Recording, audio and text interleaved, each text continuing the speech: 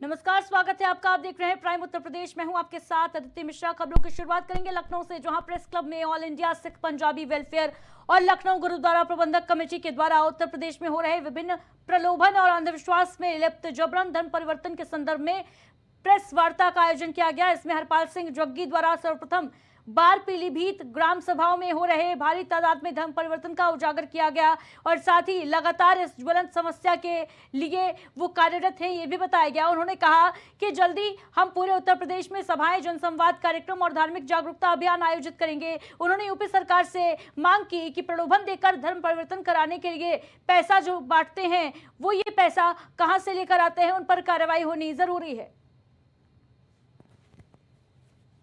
हमारी संस्था जो गुरुद्वारा प्रबंधक कमेटी है, all India Sikh Punjabi welfare council है, उसके राष्ट्रीय अध्यक्ष हरपाल सिंह जग्गी हैं। उनके नेतृत्व में जो कार्य किया जा रहा है वो लगातार घर वापसी का कार्य किया जा रहा है। लोग अपनी स्वेच्छा से घर वापसी कर रहे हैं, लेकिन बात यह भी है कि ऐसा क्यों हुआ कि लोग क्यों ईसाइयत में गए, सिख से ईसाई क्यों बने।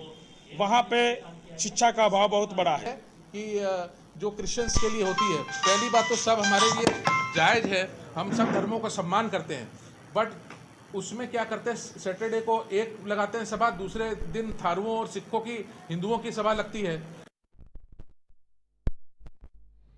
खबर पीलीभीत से, जहां जनपद की पूरनपुर तहसील क्षेत्र के अंतर्गत इंडो नेपाल सीमावर्ती गांवों में धर्म परिवर्तन का मामला बीते कई सालों से चलता आ रहा है। ईसाई मिशनरियों द्वारा भोले भाले लोगों को लालच और बहला फुसलाकर ईसाई धर्म स्वीकार करने का आरोप लगता आ रहा है। वहीं धर्म परिवर्तन के खेल का खुलासा स्थानीय गुरुद्वारा सिंह सभा बाजार घाट बेला की कमेटी ने किया था, जिसके बाद गुरुद्वारा बेला की कमेटी ने सिख पंजाबी वेलफेयर काउंसिल के राष्ट्रीय अध्यक्ष हरपाल सिंह जग्गी से मुलाकात कर उन्हें इंडो नेपाल सीमावर्ती क्षेत्रों में हो रहे धर्म परिवर्तन की जानकारी दी गई। इस पर हरपाल सिंह जग्गी ने गुरुद्वारा प्रबंधक कमेटी के साथ पुलिस अधीक्षक के साथ साथ जिलाधिकारी से मुलाकात कर उन्हें पूरे मामले की जानकारी दी है। इसके बाद ये मामला राष्ट्रीय स्तर पर खबरों की सुर्खियां बन गया है। वहीं भारतीय सिख संगठन के पदाधिकारियों की मौजूदगी में लगभग 60 परिवारों ने वापस ईसाई धर्म से सिख धर्म में वापसी की। गुरुद्वारा महंगापुर के मुख्य जत्थेदार बाबा गुरनाम सिंह ने सरो पाव पहनाकर उनका स्वागत किया।